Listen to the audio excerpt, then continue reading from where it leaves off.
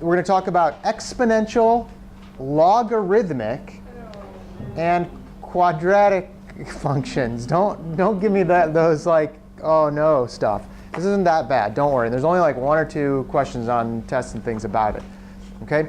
And then we're going to do some percentages and things. All right. So let's talk about these things called, well, in general, this section is called, 7.6 is called modeling data.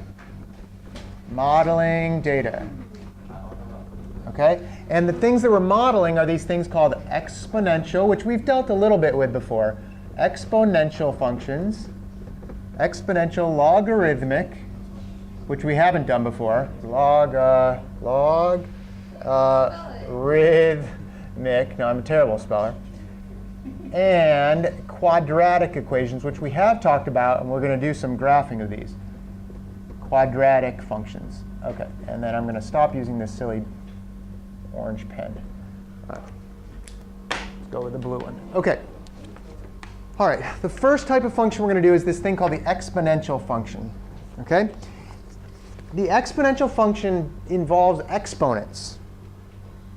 OK, we define it like this. The exponential function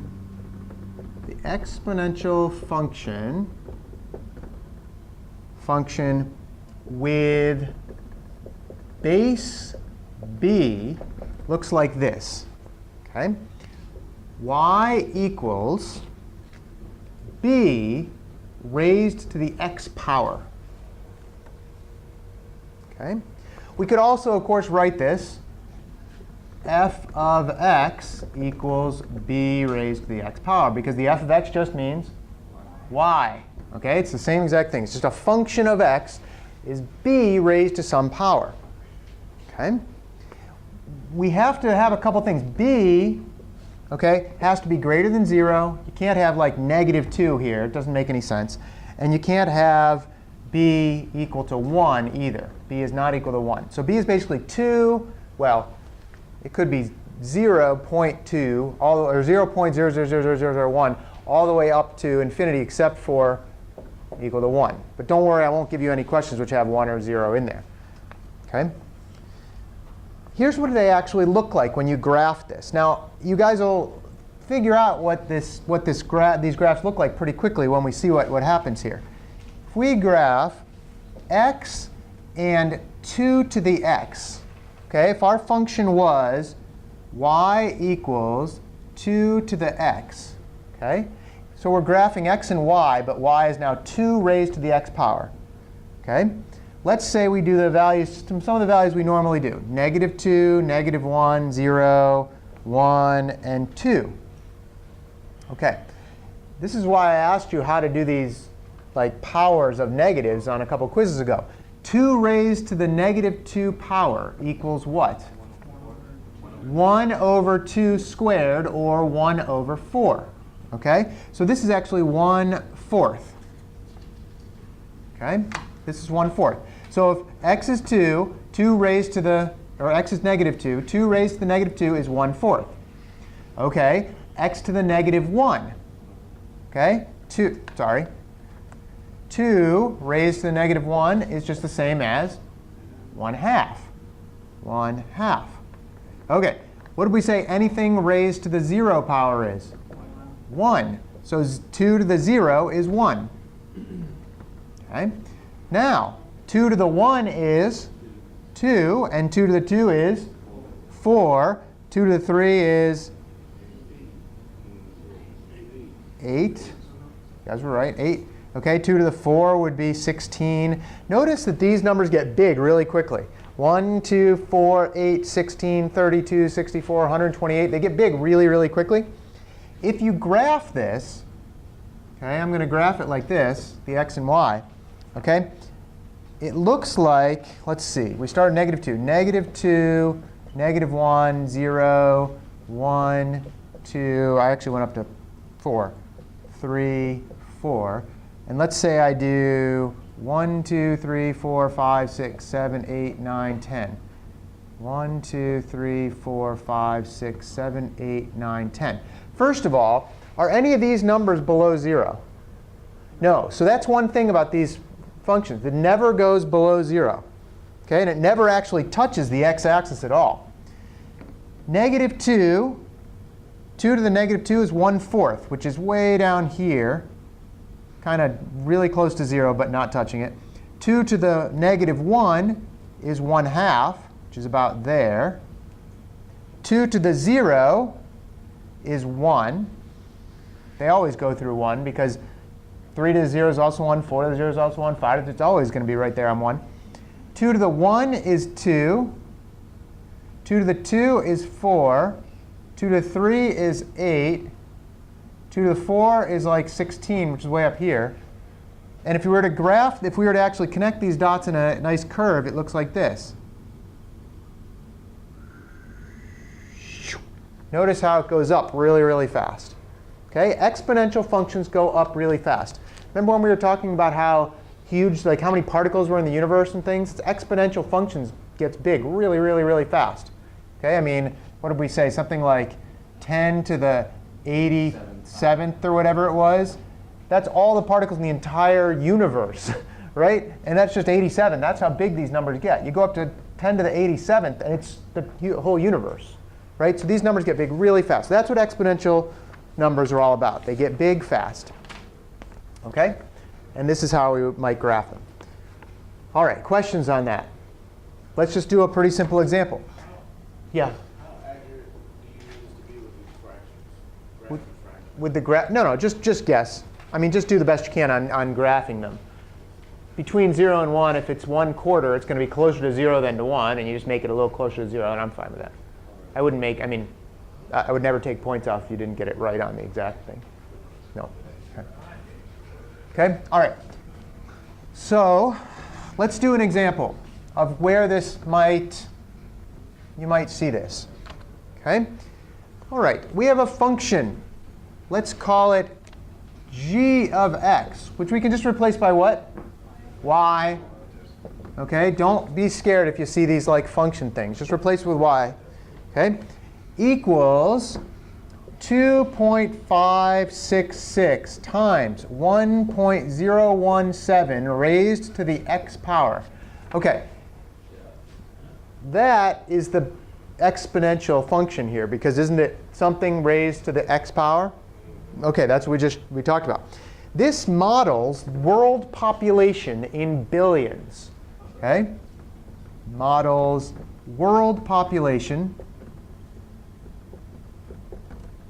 in billions for the years, x years after 1949. After 1949. So 1950 would be x equals what? 1, because it's x years after 1949. So 1 would be 1950. 2 would be what? 1951. 3 would be 1952, right? So you just do this number, or the number minus 1949, and you get the x minus 1949 gives you the x, or the year minus 1949 gives you the x.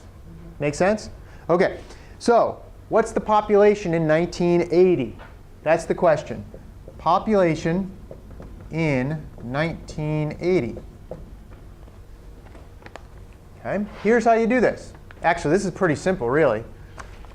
What is x for 1980? What did we say we do? X equals 1980 minus 1949, which happens to be how many years? 31 years. So x is 31. All you do is plug that value straight into here. OK? So 31, so what we're going to say is we're going to say y equals 2.566 times 1.017 raised to the 31 power, 31st power. Okay? You can, obviously, you're not going to do this on paper. You're going to do this on your calculator, right? So in your calculator, you're going to type. Try this. 2.566 times 1.017, the little caret symbol, 31, equals, or enter. What do you get? 4.327. Just round. Don't worry about the rest of it there. Okay, we'll do a lot of rounding here. You could have rounded to 4.3. That's how big the population was in 1980, roughly. Okay, how many people are on Earth now? I think we hit 7 billion, didn't we? I thought we might have hit 7 billion. Let's see if this model works for today. What are we going to replace 1980 with? 2013. For all you people watching this on YouTube in like 50 years, this is when we did the class, 2013. Okay, 2013 minus 1949 is what? 64 years. So all you're going to do is replace the 31 with 64. Try that in your calculator. What do you get? 7.5 billion? Yeah, which is about right. It actually might be a little high for right now. It's not a terrible model, it seems. Okay? So that's it. So now, if you use this model, you can kind of estimate what the thing is. What did we say about exponentials? They go up really fast. A lot of people think we have a population problem right now because a lot of the world is overpopulating where they live. Well, you can kind of tell from the model, oh yeah, by the way, it's an exponential function here, meaning that the population is probably going to increase pretty quickly. Okay, so you look at these and you go, oh, now I get why it's exponential, because that's the way populations work. Okay? All right. Questions on this example? Okay.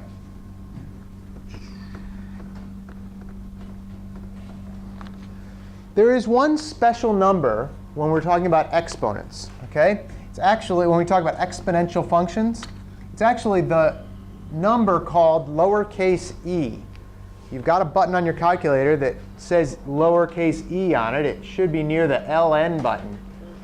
It should be in there. Okay? And if you type, on most calculators, it's going to be you're going to type the second button and then the little ln button, which has e on there. So you're probably going to type second and ln, which is the e button. That means e.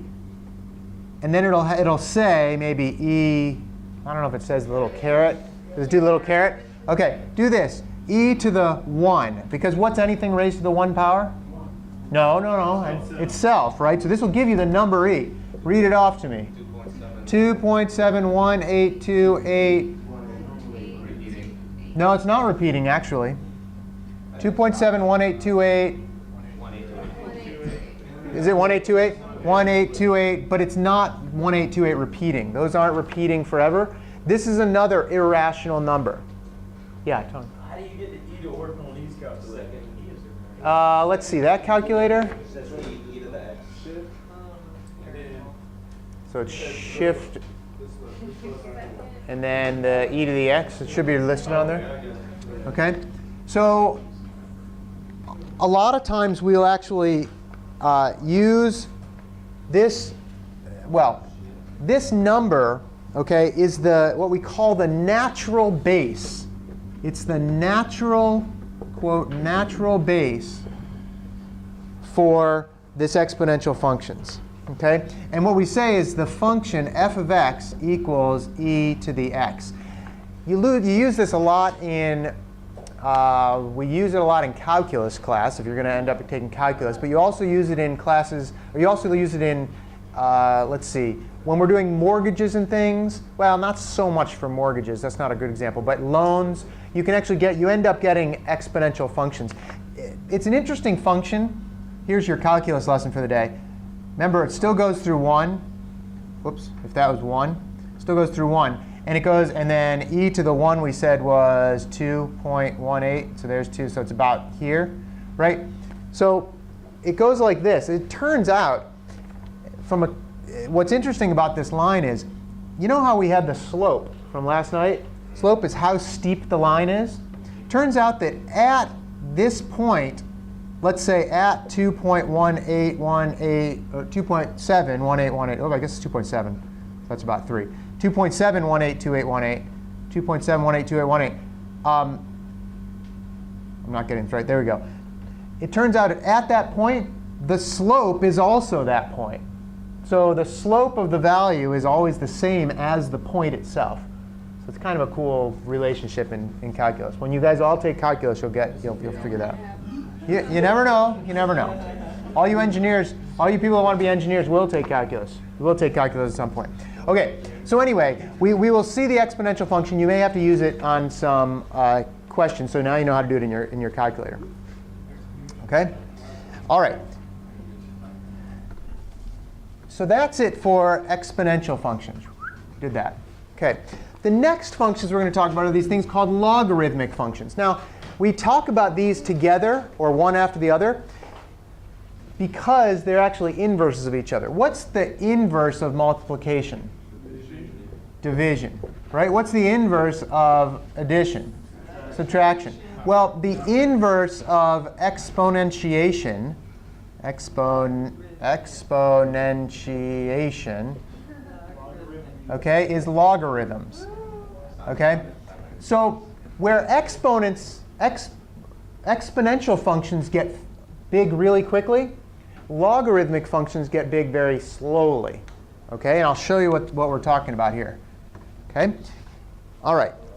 Just to understand when people say it increases exponentially.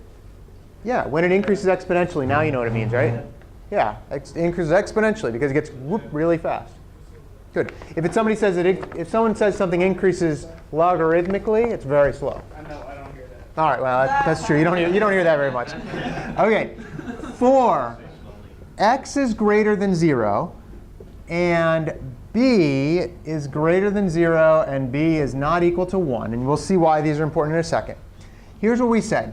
We said y equals the log, and we just write log, base b, I'll explain all this, okay, of x. This is the function. Y equals the log base b of x. Okay? What this means is b raised to the y power equals x. Okay? b raised to the y power equals x. Okay? Okay, we say that the function f of x equals log b of x, which is this. Remember, y is just function, okay? Is a logarithmic function. Logarithmic function with base b. Okay? And it's just the exact inverse of the exponential function. Okay? In fact, you can kind of go backwards on this, and what you can do is for like if you had let's see, y equals 2 to the x was our exponential function, right? If you take the logarithm of both sides, you would do log base 2 of y equals x, which is exactly what we've written here. Log base b, in this case 2, of y equals x. Okay? Let's get some examples here to show you real numbers, because all this stuff's a bunch of letters right now. Okay? Here's some real numbers. What is 2 cubed? 8. In logarithmic terms, that means the log base 2 of 8 equals 3. In other words, 2 raised to the 3 power is 8. We write it this way so that we can get the 3 by itself. OK? Dawn, don't look at me like that. It's not that bad. Don't worry. We'll do lots of examples of this. OK, let me write another example. Let's do another example. OK? 3 to the 4th equals 81. 3 times 3 times 3 times 3 happens to give you 81. 'Cause 3 times 3 is 9. 9 times 3 is 27. 27 times 3 is 81. OK? 3 to the 4th is 81. How do we convert this into log format? Log of base 3 of 81 equals 4. OK? It's not too bad. OK? Here's another one. 5 squared equals 25. What do we do? Log base 5 of 25 equals 2. OK? And you see how these numbers get pretty big, and these numbers are still pretty small? when we graph this, you'll see the numbers here are the numbers that are going to end up being the y values. So it's going to creep up really slowly. Okay, the x values are going to get big really fast. Okay? Let's try one that's a little bit different. 3 to the negative 2 equals 1/9.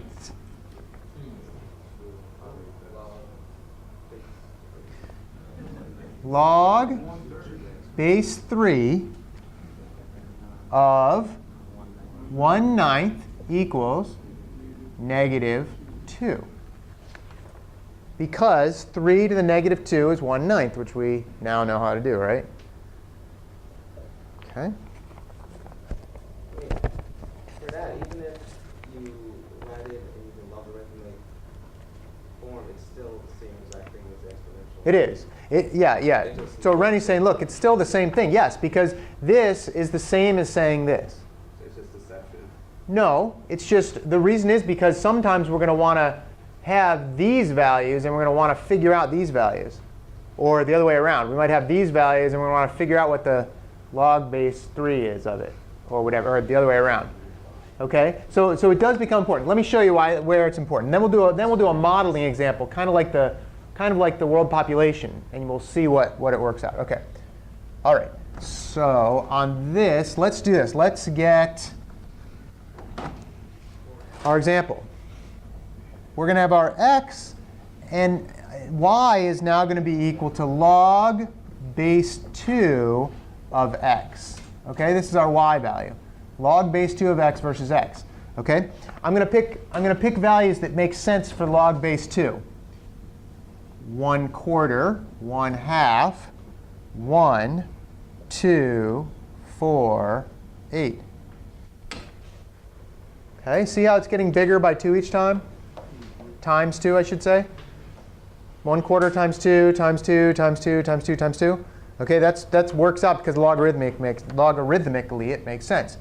Okay, this means what? What did we say? Log base 2 of 1/4 equals. Yeah, no. How do you get the base 2 on a calculator? Good question. You don't on your calculator. Okay? Well, there is a special way to do it. But normally, if I'm going to give you bases that I wanted you to do on the calculator, I would make them either base 10, which is just the log button. That's the log button. Base E happens to be the ln button. Notice it's the inverse of ln on your calculator. So if I gave you base E, it would be ln. If I gave you base 10, it would be log.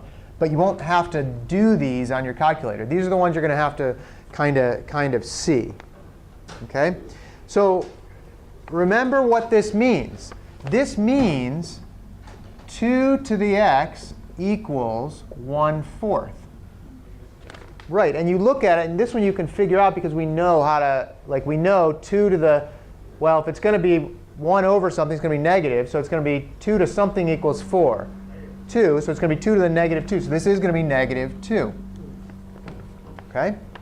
All right, 1/2, same thing. 2 to the x equals 1/2. What's x equal to? Negative 1. Because 2 raised to 1 is 2. So if it's flipped over, it's the negative 1. OK? 2 to the what equals 1? 2 to the 0 equals 1. 2 to what value equals 2? 2 to the x equals 2. That's an easy one. 1. 2 to the x equals 4? 2. 2 to the x equals 8? 3, because 2 cubed is 8. If we graph this, watch what happens when we graph it. Okay? 1/4, 1/2, 1, 2, 4, 8. Okay, 1, 2, 3, 4, 5, 6, 7, 8. We only have to go from negative 2 to 3. Negative 1, negative 2, 0, 1, 2, 3. Okay? So we start out, we go 1/4, negative 2. So go over to 1/4, it's all the way down here, negative 2. We go over to 1/2, negative 1. 1/2 is negative 1. 1, 2, 3, 4, 5, 6, 7, 8. Okay? Well, 1 is 0, right where it hits the, and all these functions hit the x-axis at 0 because everything Log of 1 is always 0. Okay. Try this on your calculator. ln of 1. What do you do with the 1/4 and the 1/2? I graphed them here. Where's 1/4 on here? Here's 1/2, and here's 1/4. It's just between, it's, you know how to, if I said, here's 0 and here's 1, where's 1/2? Right in the middle. Where's 1/4? It's going to be close. It's going to be between 1/2 and 1, it's going to be there, right? So that's what I did here. I just kind of guessed. But I made it closer to, you know. Yeah. OK. So when you did ln of 1, what'd you get? 0. Do log of 1. Also 0. OK? Because anything log of 1 is always 0. OK. 2. Log of 2 is 1. 2, 1. Log of 4, so we're going all the way to 4 here, is 2. Log of 8 is 3. 8 is way over here, and 3. Notice how this goes. Is it getting big fast? No. Right? And we have to go all the way over to 16 to get to 4. We have to go over to 32 to get to 5. 64, we're still up at 6. We're only at 4, 5, 6 right here. Right? So, well, maybe not quite there, but yeah. So basically, logarithmic functions get big very slowly. They're what? OK. Questions on those? Yes.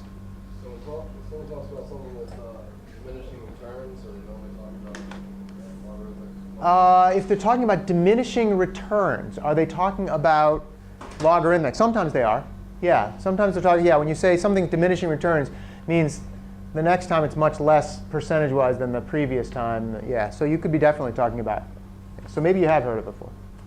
I don't know. Diminishing returns. OK, let's look at an example. Let's look at an example with numbers on a model. OK. All right. The function f of x equals negative 11.6 plus 13.4 times the natural log of x.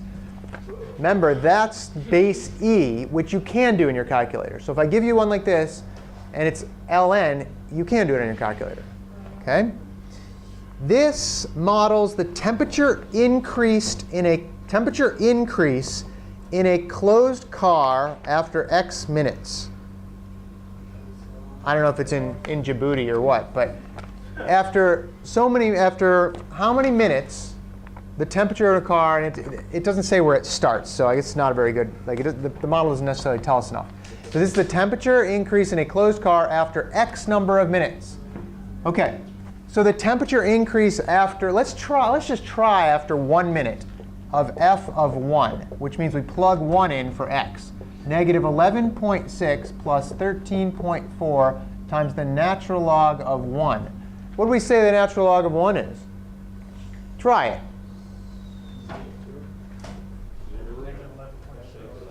0. Negative 11.6 plus 0 equals negative 11.6. This is not a very good model for, that's it. This is not a good model for after 1 minute. OK, but let's try 30 minutes. OK, let's try 30 minutes. Natural log of 30, because we're doing f of 30. So we put log in 30? Yeah, you put ln of 30. So it's going to be negative 11.6 plus 13.4 times ln 30. I don't know. 34 degrees. I don't know. I don't know if it's Celsius or what. OK? We rounded it. It was like 33.976 or something. Yeah, 34 degrees after 30 minutes. Yeah. Type this in, negative 11.6, and not the minus button, the negative button. Negative 11.6 plus 13.4 times the ln button, and then 30. Okay. Let's say after 2 hours. So how many minutes is 2 hours? 120 minutes? Well, let's do 120 minutes and see. if you did ln of 120, what is this? Negative 11.6 plus 13.4 times ln of 120. What did that give you? 52 degrees. So it didn't go up that much after a whole, not like 4 times as many minutes. It only went up another, 20 something, not even 20 degrees, 18 degrees, right? So that's, Tony, you're not getting it in your calculator? Negative 11.6 plus 13.4 times ln of 120. Well, what if it's Fahrenheit, though? Well, there you go. But let's say this is a temperature increase. So let's say it started at 50 degrees or 60 degrees in your car. Well, and then it's 94, and then after 120 minutes, it's all of a sudden 100 and whatever, 120 something. Well, yeah, of course. This model does not. This model is not perfect. This is not a perfect model. Did you finally get it, Tony? I'm working on it over Negative. All right. Practice that. You'll have to practice that one on your homework. OK? OK. Questions on these functions. I will give you a function like this on the next quiz, which is in 2 weeks. There's not a quiz next week. OK? In 2 weeks. OK, yeah. There is one in 2 weeks, though. OK?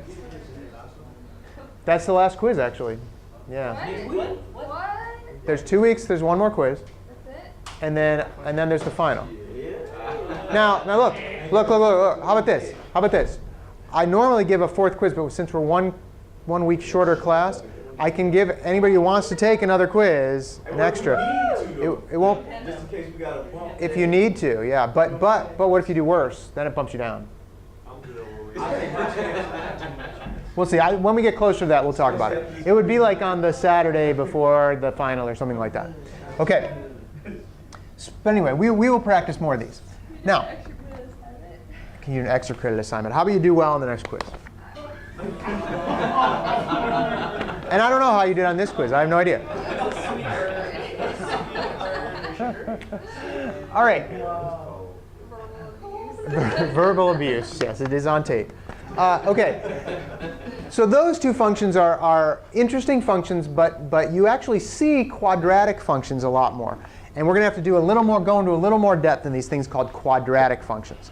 We have already seen quadratic functions. Quadratic functions look like this. F of x, which we just say is y, equals ax squared plus bx plus c, like that. Have we seen those before? Sure. Did we use the quadratic formula? This is why we're talking about quadratic functions. Ax squared plus bx plus c. OK? And remember something, a cannot be equal to 0. And all the other ones are real numbers. OK? Well, a, b, and c are real numbers. A just can't be equal to 0. We are going to graph these. We did graph one the other day. I think it was it last night or no? I think it was last week. We graphed one. We're gonna figure out the easy way to graph these without doing all the table like we did before. OK, here's something interesting about this. If you look at quadratic equations, if a is positive, quadratic equations look like this. They look like parabolas that look like a smiley face. OK? This is if a is greater than 0. If that number is greater than 0. If a is less than 0, do they look like this? Why not?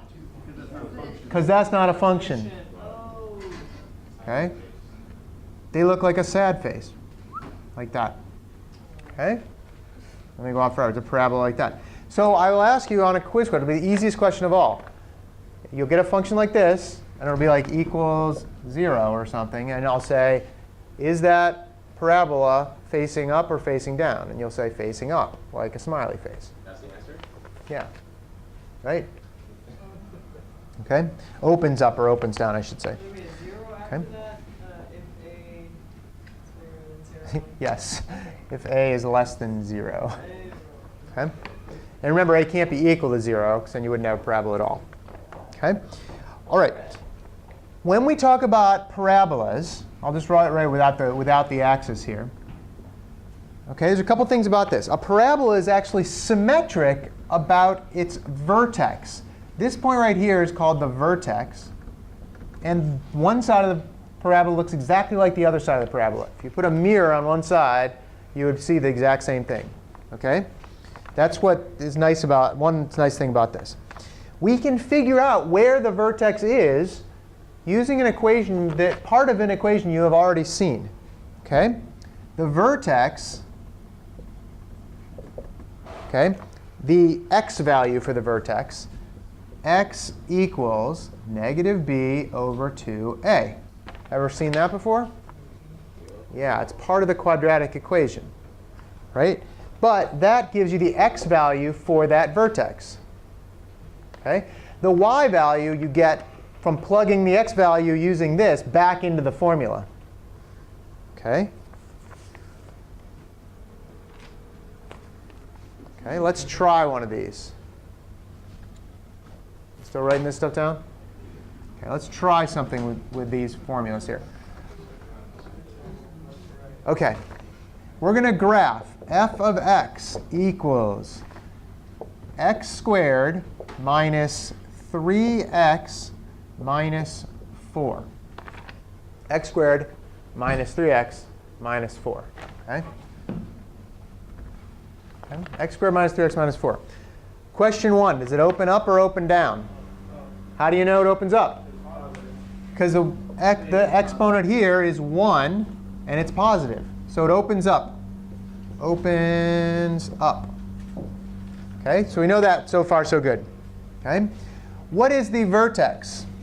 2. The vertex, OK, negative b over 2a equals our x value for the vertex. B in this case is negative 3. So this is going to be 3 over 2 times 1, which is 3 over 2. That's our x value for the vertex. Okay? So our x value is 3 halves, and we have to figure out what the y value is. Plug in the x value back up here for x. 3 halves squared minus 3 times 3 halves minus 4. 3 times 3 is 9. 2 squared is 4 minus 3 times 3 is 9 over 2 minus 4. Well, now we have to do a little bit of fraction work here. I'll do it like this. 9/4 we're going to make all the denominators 4. So we've got 9/4. To make this denominator 4, we multiply by 2, which means we multiply 2 to the top, minus 18/4. To make 1 into 4, we multiply by 4. So we multiply this by 4, we get 16/4. 9 minus 18 minus 16 gives you negative 25/4. Okay? So our vertex is 3 halves and negative 25/4. Probably should have picked an example where it didn't have fractions, but those of you who are afraid of fractions, get over it. Okay? All right? Now, so what we have so far is we have the following. We have a graph that looks like this. We know it opens up, so we know it's going to be like this. And we know where the vertex is. 3 halves, or in other words, 1.5, and negative 25/4. What is 20? Let's see. 24/4 is 6. So 25/4 is 6.25. 6.25. So we go over here to 1, 2, 3, 4, 5, 6, 7. What's that? Thank you. Negative 6.25. 1, 2, 3, 4, 5, 6, 7. 1, 2, 3, 4, 5, 6, 7. Negative, negative, negative, negative, negative, negative, negative. 1, 2, 3, 4, 5, 6, 7. We don't need those. OK, and then let's see. Oh, you know what? That's the y value too. Let me redraw this. Hold on. In fact, I'll just erase this because we got a lot of this here. I'll make the graph nice and big. You didn't get all that? What do you mean you can't? Because I'm standing in the way? Well, just tell me to move next time. All right. So it's on the video, or it's on the handouts. It's on the handouts that I'm putting online now. So you can do it. OK.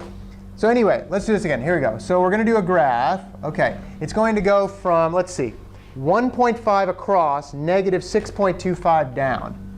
OK,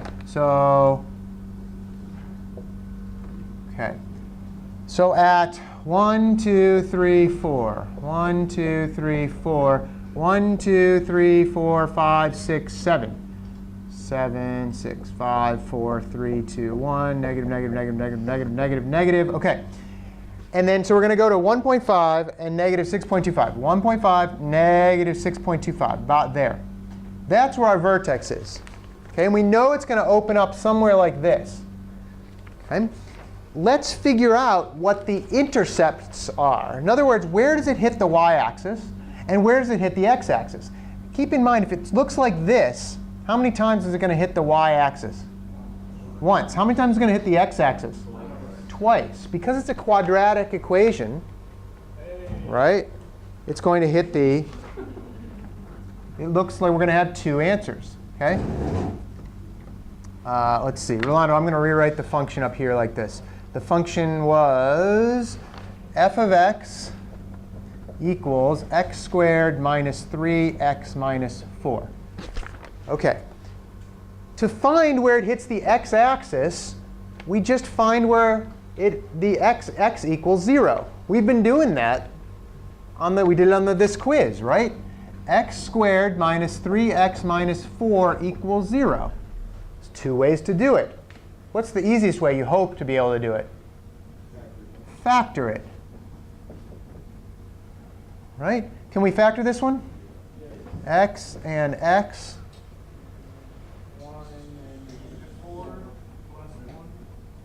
Let's see, negative 4 plus 1, like that. So what's x equal to? Negative 1. And what's the other x equal to? 4.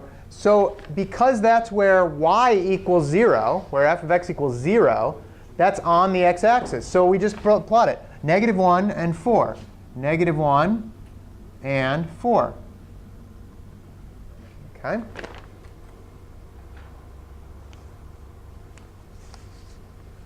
All right. OK, so now that we've got the,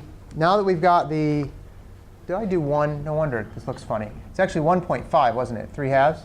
Yeah. It looked funny because it wasn't symmetric. Remember, this has to be the same distance from this than this one does, because it's got to be symmetric.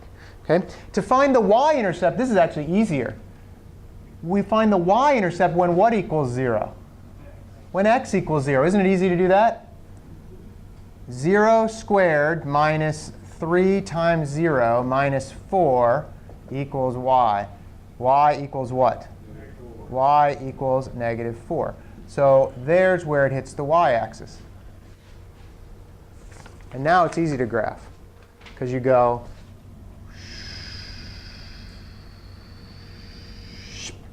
oops, my pen's dying, like that.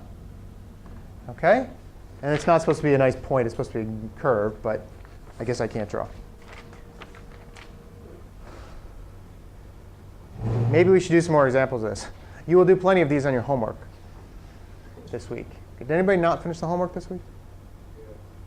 Why? I tried to do the work problem. Couldn't do it? All right. Shoot 2 x-rays and drop somebody OK. All right. So anyway, we'll do some more examples of this. In fact, after the next section, we'll do examples of this. And that's quadratic equations, or quadratic functions. OK? We're going to have to do that. Remember, the key to this, find the vertex using that formula, negative b over 2a. Find the vertexes. The x ones you have to factor and set equal to 0. The y one you set x equal to 0, and you get the y. And then draw it. OK? How do you get the other y-axis? What other y-axis? The one, the plot. Because you got negative 4, 0, right? Yep, that's So negative. No, you had 0, negative 4. 0, negative 4. Yeah. That's what, How do you get this, you mean? yes. You don't. Okay. You don't need it. You just draw one. Yeah, you don't need it. Fair enough. Okay. Although it is the same distance away From the other one. from the axis. So it's actually whatever the x value of this is, add that again, and you can put it there if you wanted to. Yeah.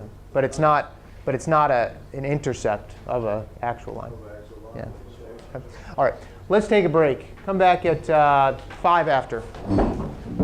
OK. All right. Let me erase this. So we are now, well, see that little blue tab on the folder right here? It's a little blue tab. That means we're on to a new chapter. So we finished chapter 7. We are now on to chapter 8. Okay? We are flying through this stuff. Right? So this is now chapter 8, 8.1. Ooh, new blue pen too. 8.1. OK. I think some of you guys will like this stuff better. From now through the rest of the class, I think some of you guys will be like, OK, I get this stuff better. It's not as kind of abstract as some of that algebra stuff. This is about percent and sales tax. And in the book, they talk about income tax.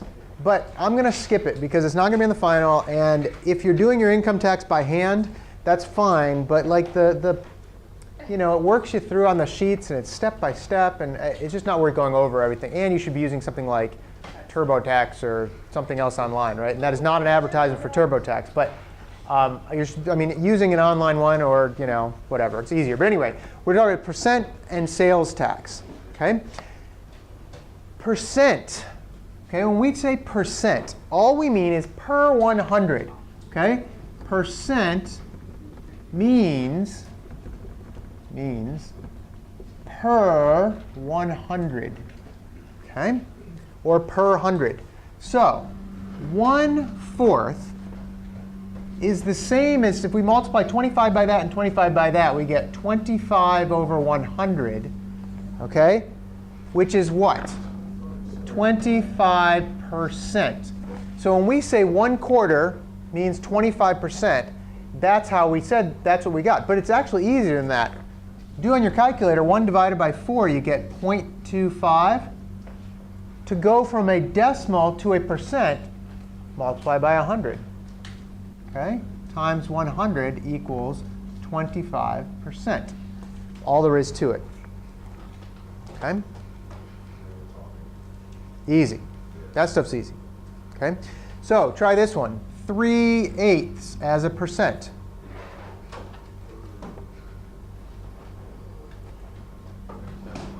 .375, which is what percent? 37.5%. That's pretty easy. How about 1/3? 33%. 0.33 repeating, right? Equals 33%, or 33.3%. Right, if you want to round to that. Okay? How would we go backwards? 27.3% as a decimal. 27.3%. Just divide by 100, 0.273, and you're done. And if you wanted to go into a fraction, you would do 273 out of 100, right? Actually, 273 out of 1,000. Right? Yeah. Well, yes. Question. Huh? Yeah, you just move the decimal point over 2, or multiply by, or rather divide by 100. Okay. Let's try another one. 1.3% as a decimal.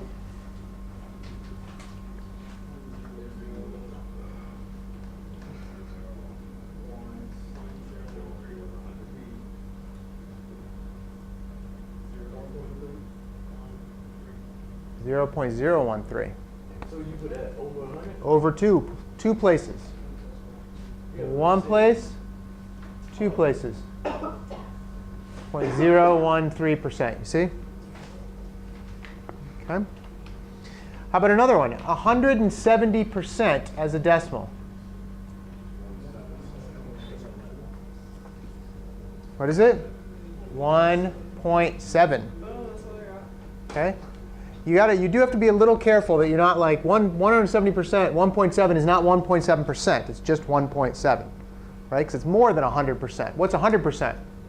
1, right? 10%? 0.1. 1%? 0.01. Okay? So just know that. But going back and forth is not hard. You just got to remember that sometimes it looks funny. If you have, 170%, well, it's actually going to be a number bigger than 1. Okay? Sales tax, okay? Sales tax, whoops, what am I doing? Sales tax, S-A-L-E-S, sales tax is normally in a percent, right? And the sales tax itself is generally the tax rate, right, times the price. That's all that sales tax is, okay? So let's do an example. Sales tax rate. If you live in a state, there's a big sales tax, right? Sales tax rate is 9.75%. I don't know what state, like New York or California or something, right? That's expensive. That's a lot. Let's say you buy a bicycle that costs $372. Okay? How much tax do you pay? And what's the final cost? Total cost, I should say. Okay? So how would we do this? We first convert this to a decimal, which we now know how to do. Okay? What is the decimal of 9.75?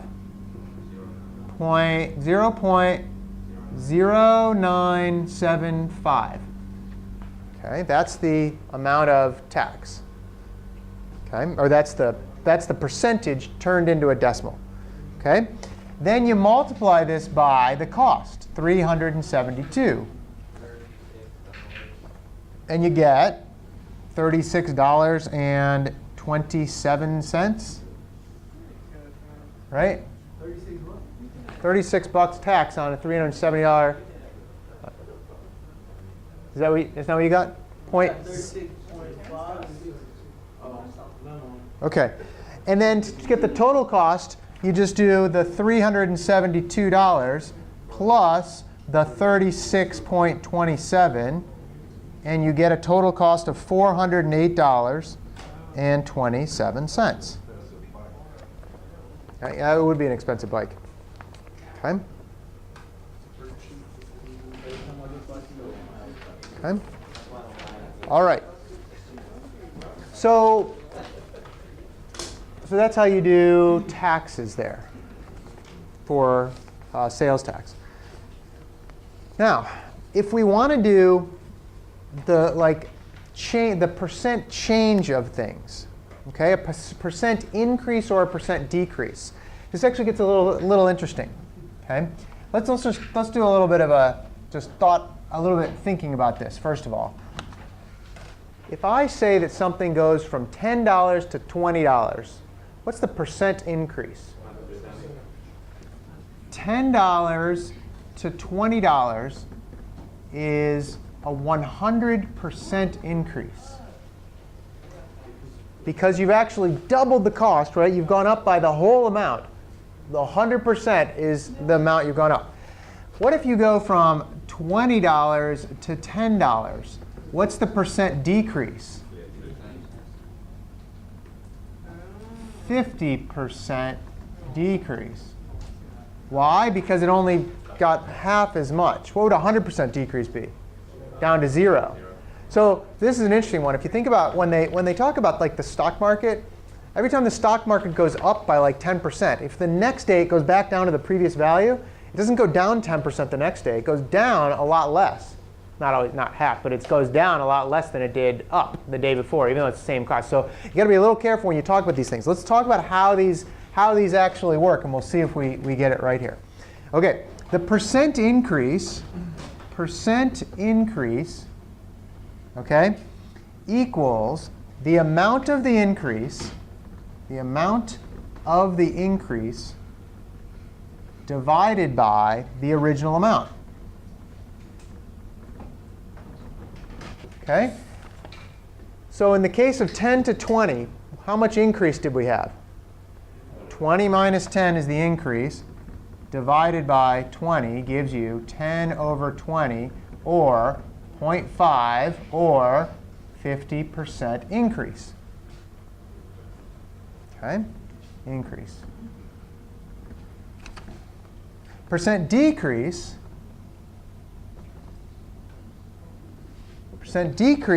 is the amount of decrease divided by the original amount. OK? So in this case, 20 to 10. All right? 20 to 10 is, Wouldn't the whoops. first one be the second one? Did I do it backwards? Yeah. Yeah, I did. I did it backwards. Sorry. Percent increase is the amount of the increase over the original amount. I did it wrong. I did do it wrong. Sorry. I did do it wrong. How about this? There we go. 20 minus 10 over the original, which is 10. So 10 over 10 gives us 1 or 100% increase. Thank you. Yeah, we did that one backwards. OK, the percent decrease is the amount of the decrease over the original amount, which is now 20 minus 10. It's the same 20 minus 10 divided by 20 now, which is 10 over 20 equals 0.5 or 50% decrease. OK, sorry, my scribbles there at the bottom. OK, 50% decrease. Not too hard, I hope. OK. All right, let's do an example. Another example. Are you still writing these? Yep.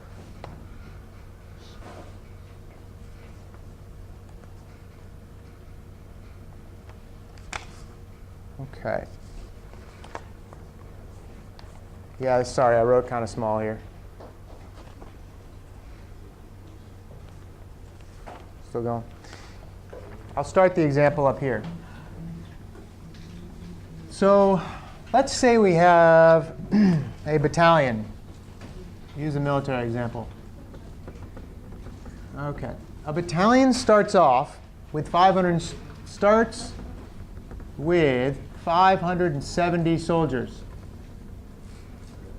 OK?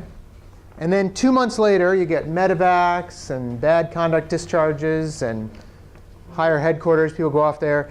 You end up with 530. 2 months later, 530 soldiers. OK? What's the percentage change? First of all, is it an increase or a decrease? A decrease. How do we do it? Subtract the 2 and divide by the original. So this is actually pretty easy. 570 minus 530 divided by 570. OK, and it's 40 divided by 570, which is 0.070, which is what? 7% decrease. OK, that'd be a pretty big decrease, 2 months, I guess. Okay. Just round to the nearest decimal. OK. All right, I'll erase this one now.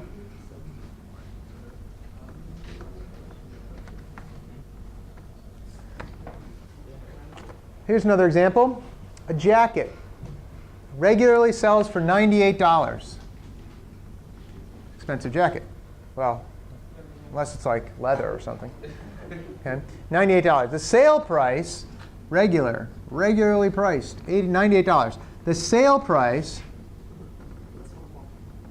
is $83.30. What's the percent decrease?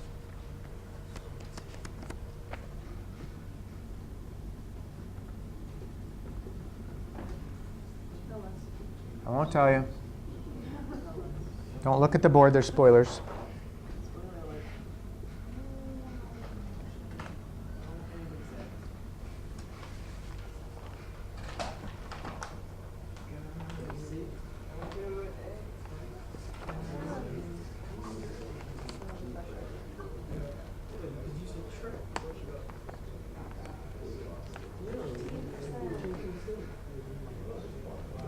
Spoiler alert. OK, another example. A manufacturer can make something whatever you want. A manufacturer of things can make those things. Let's pick something. What costs this much money? A manufacturer can make a can of Pringles for $170. Okay? This is how much it costs to make. It's not a, it's a pack, like a huge thing of, a pallet of Pringles. Okay? They can sell the Pringles to a wholesaler for $220. What's the markup?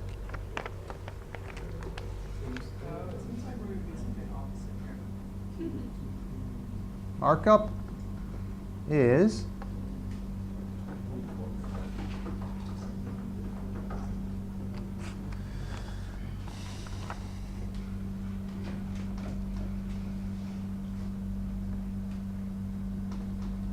and you can round. You could round to 294 if you want, like that.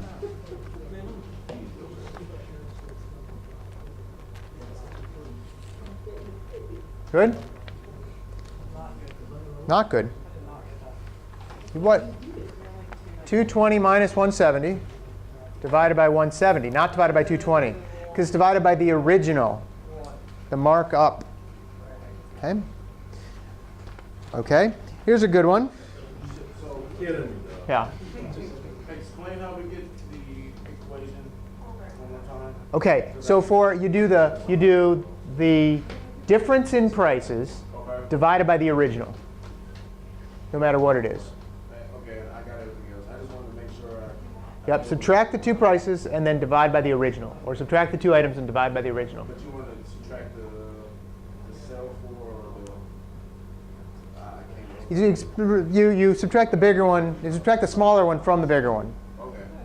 Yep. That's really all it is. Because the change, you're either going up or you're going down. And if you're going up, it's going to still be a positive value. Regardless. Okay. Yeah. Let's try another one. That. Yeah. Let's try another one. Let's say. Okay, a store's holding a 10% off sale. Woohoo! 10% off sale. You have a coupon for 10%. Okay, you have a coupon for 10% off.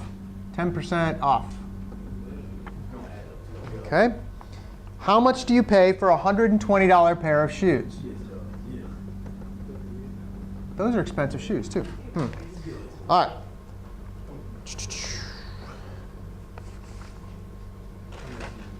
Okay. In this case, okay, I guess you have to interpret this the right way, but a 10% off and then a 10% coupon. Okay? Do you get 20% off is the question. Okay? Let's see what happens. The sale price is what? 120 times 0.1, $12 off. Okay, you get $12 off. So the sale price is 120 minus 12, or $108. Okay? Then you get $108. Then you get 10% off because of your coupon. Okay? So that's another, what? Times, I should do another 10% off, so 0.1. 0.1 is $10.8 off of that, minus 10.8 gives you 20 cents, gives you $97.20. Okay? Is that 20% off total? Let's figure that. Let's just figure what 20% of it is. 120 times 20% is going to be $24, which would be $96. So you don't get 20% off. You don't add the two. In other words, the key here is that you don't add percentage changes. Okay? That would be a little weird. Let's say you had a 50% off sale, and then you got 50% off. You had a coupon for 50% off. Do you get 100% off? No. 50% off, and then 50% of that, right, is what you end up getting. I would rather have 20%. Then a 50%? But it's $1, Jim. Oh, no, I know. Right. But what I'm saying is just because you have a 10% coupon and it's a 10% off sale doesn't mean you get 20% total off. It's 10% of 10%, which is not 20%. I got it. OK? Yeah, it sounds like it should be, but it's not. You just got to know that you can't just add the two percentages together. You get that? OK? All right. OK, listen, that's actually it. We're stopping for the night for this. But I have 2 packets for you. OK? And you can keep working on the quiz if you haven't finished that. But let me hand out the 2 packets. There are 2 of them here. One involves graphing. One involves all the stuff we did with exponentials and quadratics and so forth. So if you did finish the quiz, please stick around and at least start some of these, and I'll help you with those. And I'll grade the other quizzes too if you want.